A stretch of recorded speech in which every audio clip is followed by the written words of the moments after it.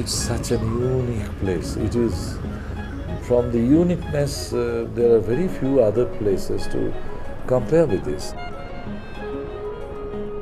ಮತ್ತು ಅದಲ್ಲದೆ ನಮಗೆ ಈಗ ಇದನ್ನು ಹುಲಿ ಯೋಜನೆ ಮಾಡಿದ್ದಾರೆ. ಬಹುಶಃ 2011ರಲ್ಲಿ.